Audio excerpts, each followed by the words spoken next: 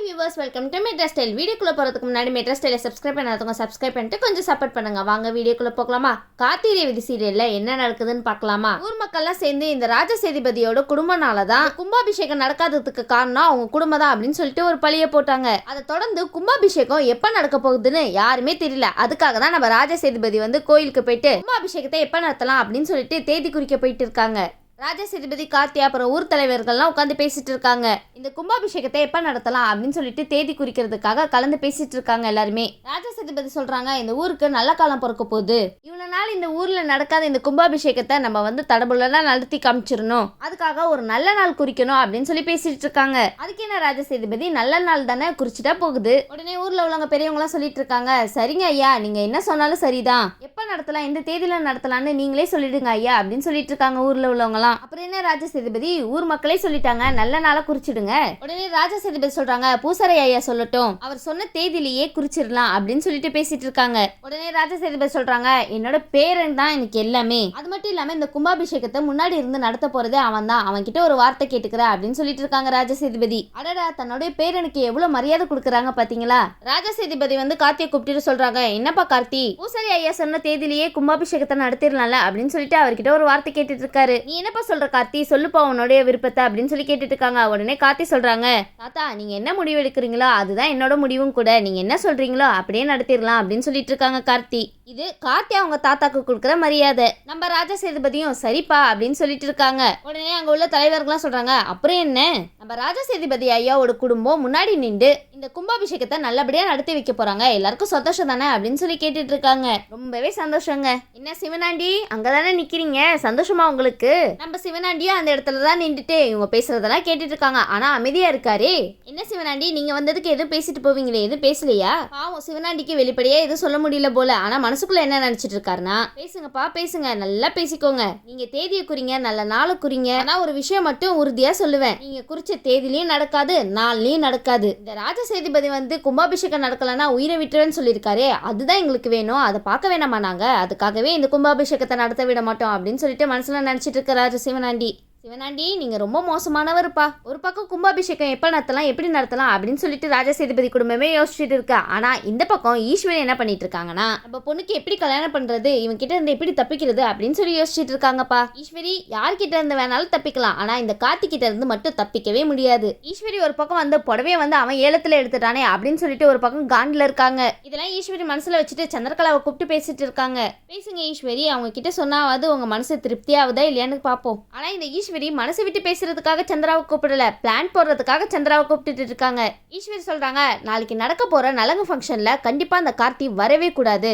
அதுக்கு நீ என்ன பண்ணுவியோ ஏது பண்ணுவியோ அதெல்லாம் எனக்கு தெரியாது, அவன் இந்த இடத்துக்கு வரவே கூடாது அப்படின்னு சொல்லிட்டு ரொம்ப ஸ்ட்ரிக்டா சொல்லிடுறாங்க சந்திரகலா கிட்ட ஈஸ்வரி. ஈஸ்வரி, நீங்க பல தடவை ஸ்ட்ரிக்டா சொல்லிட்டீங்க, ஆனா கார்த்தி எப்படியாவது வந்துடுறாருப்பா. ஆனா அவர் உங்களால தடுக்கவே முடியலையே, எப்படி தடுக்க முடியும்? அவர் தான் மாஸ் ஹீரோவாச்சே. நம்ம சந்திராவும், என்ன கணினி என்கிட்ட விட்டுட்டல, என்கிட்ட ஒரு பொறுப்பு கொடுத்தா நான் அதை கரெக்டா பண்ணிடுவேன் பாரு, நீ கவலையே படாத. அவன் கண்டிப்பா நாளைக்கு நடக்க போற நலங்கு ஃபங்க்ஷனுக்கு வரவே மாட்டான் அப்படின்னு சொல்லிட்டு இருக்காங்க சந்திரா. அச்சோ, மறுபடியுமா எங்கனால முடியலப்பா. என்ன சந்திரா நீங்க, உங்களுக்குமா கார்த்தியை பத்தி தெரியல? ஈஸ்வரி அத்தைக்கு தான் தெரியல. அவரு நீங்க என்ன பண்ணாலும் நீங்க நடத்த போற நலங்கு ஃபங்க்ஷனுக்கு கண்டிப்பா வந்தே தீருவாரு பாருங்க. சந்திரா நினைச்சிட்டு இருக்காங்க, இந்த தடவை போடுற பிளான் சும்மாலாம் இருக்க கூடாது. இந்த தடவை நான் போடுற பிளான் ரொம்ப பயங்கரமா இருக்க போகுது கார்த்தி அப்படின்னு சொல்லிட்டு இருக்காங்க. அச்சோ, அப்படி என்ன பயங்கரமா பண்ண போறீங்க? சந்திரா நல்லா ஐடியா பண்ணி ஒருத்தர் கிட்ட ஒரு பொறுப்பை கொடுக்குறாங்கப்பா. அந்த கோவில்ல உள்ள அம்மன் கழுத்துல இருக்கிற வைர தாலியை நீங்க எடுத்துட்டு வரணும். என்ன சொல்றேன்னு உங்களுக்கு புரியுதா? யாருக்கும் தெரியாம அம்மன் கழுத்துல இருந்து அந்த தாலியை நீங்க எடுத்துட்டு வரணும் அப்படின்னு சொல்லிட்டு இருக்காங்க. ஐயோ சந்திரா, நீங்க என்ன தெய்வ குத்தத்துக்கு ஆளாயிடுவீங்க போலயே. சந்திரா, உங்களுக்கு வேற பிளானே இல்லையா? போய் இப்படியா பண்ணுவீங்க? உடனே சரிங்க, நீங்க சொன்ன மாதிரியே செஞ்சிடறோம் அப்படின்னு சொல்லிட்டு அங்க இருந்து ஒரு வாய்ஸ் வருது. ஆனா இந்த விஷயத்தை யார்கிட்ட இந்த சந்திரகலா கொடுக்குறாங்க? ஒருவேளை சிவனாண்டி கிட்ட கொடுக்குறாங்களோ இல்ல வேற யார்கிட்டயாவது கொடுக்குறாங்களா? கண்டிப்பா சந்திரா வந்து சிவனாண்டி கிட்ட தான் கொடுத்துருப்பாங்கன்னு நினைக்கிறேன் இந்த பொறுப்பை. நம்ம நினைச்ச மாதிரி இதுக்கு பின்னாடி இருக்கிற களவாணி சிவனாண்டி தான். இந்த சிவனாண்டி தான் சந்திரகலா சொன்ன விஷயத்த அவரே இன்வால்வ் ஆகாம வேற ஒருத்தரை வச்சு இந்த வேலையை பண்ண வச்சிருக்காரு. ஏன் சிவனாண்டி மாட்டினா ஊருக்கு முன்னாடி உங்க மான போயிடும்ல, அதனால தானே இந்த மாதிரி ஒரு காரியத்தை பண்ணீங்க? உடனே அந்த ஏற்பாடு பண்ண ஆளும் சிவனாண்டி சொன்ன மாதிரி வேலையை கச்சிதமா முடிச்சுட்டு சிவனாண்டி கிட்டயும் முத்துவேலு கிட்டயும் அம்மனோட வைரத்தாலியை கொடுக்குறாங்க.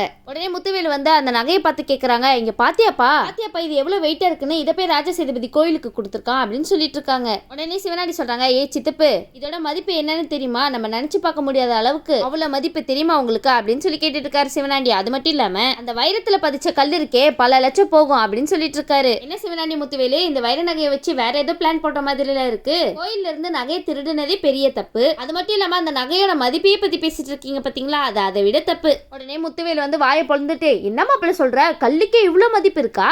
முத்துவேலு கேக்குறாப்ல, ஏன் மாப்பிள்ள இந்த கல்லு அவ்வளவு மதிப்பு போகுமா என்ன அப்படின்னு சொல்லி கேட்டுட்டு இருக்காங்க. உடனே சிவனாண்டி சொல்றாங்க, பின்ன என்ன, இந்த கல்லு இருக்கே இதுல பதிச்சிருக்காங்களா அந்த கல்லு, அது வைர சித்தப்பா.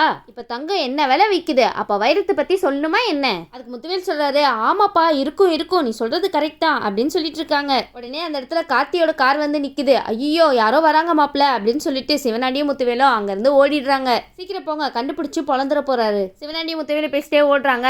என்ன மாப்பிள்ள இந்த நேரத்துல யார் வந்திருப்பா அப்படின்னு சொல்லிட்டு இருக்கும்போது சிவனாண்டி சொல்றாங்க, என்ன கேட்டா எனக்கு என்ன தெரியும் அப்படின்னு சொல்லிடுறாங்க. ஆனா நம்ம கார்த்திக்கு எப்படிதான் இந்த விஷயம் எல்லாம் தெரிய வருமோ தெரியல. ஆனா அவர் வந்து அதுக்காக வரல. ஒருவேளை கார்த்திக் தெரிஞ்சிருக்குமோ அங்க ஏதோ தப்பு நடக்க போகுதுன்னு, அதனால வந்திருக்கலாம் கோவிலுக்கு. இருக்கலாம் தோணி இருக்கும் நம்ம கார்த்திக்கு. உடனே சந்திரா சொன்ன மாதிரி அம்மன் கழுத்துல உள்ள தாலியை வந்து நைட்டோட நைட்டா எடுத்துறாங்கப்பா.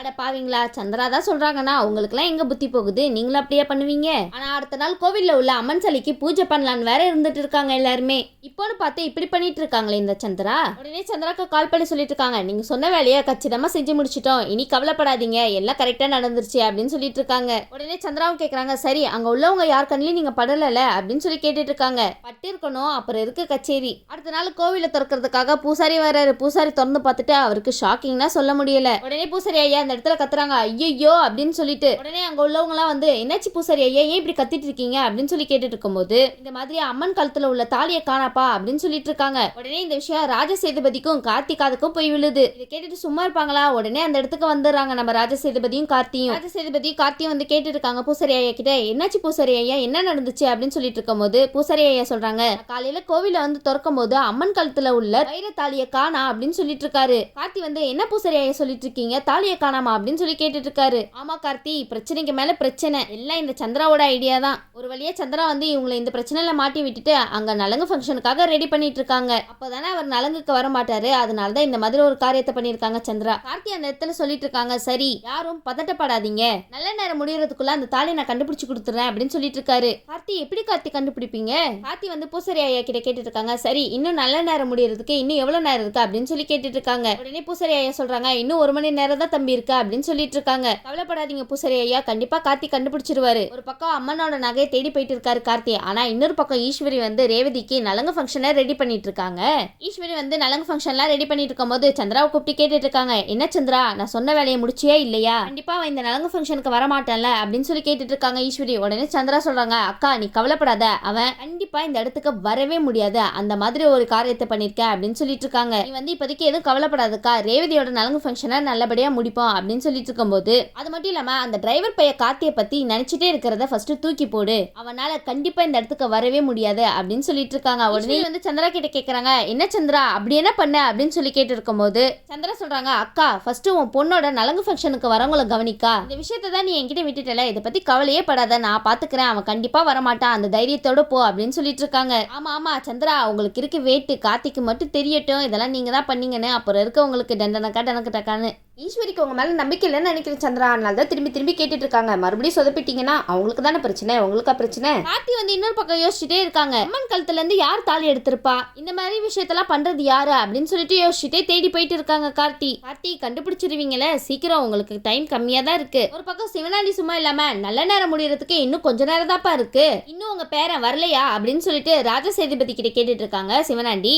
ஏன் சிவனாண்டி வாங்கி கட்டிக்க போறீங்க அவர்கிட்ட, ஆனா பண்றதெல்லாம் பண்ணிட்டு ஒண்ணுமே தெரியாத மாதிரி நடிக்கிறீங்க பாத்தீங்களா, அதுக்கெல்லாம் அவார்டே தரலாம். உடனே சிவனாண்டி சொல்றாங்க, ராஜசேதுபதி குடும்பம் எப்ப இந்த கும்பாபிஷேகத்தை நடத்தலான்னு முடிவு அவங்க கையில எடுத்தாங்களோ அன்னில இருந்து பிரச்சனை தான். இதுல இருந்து என்ன தெரியுது, அந்த அம்மனுக்கே இந்த ராஜசேதுபதி குடும்பம் இந்த காரியத்தை பண்றது பிடிக்கலன்னு தெரியுது, அதனாலதான் இந்த மாதிரிலாம் நடக்குது அப்படின்னு சொல்லிட்டு இருக்காங்க சிவனாண்டி.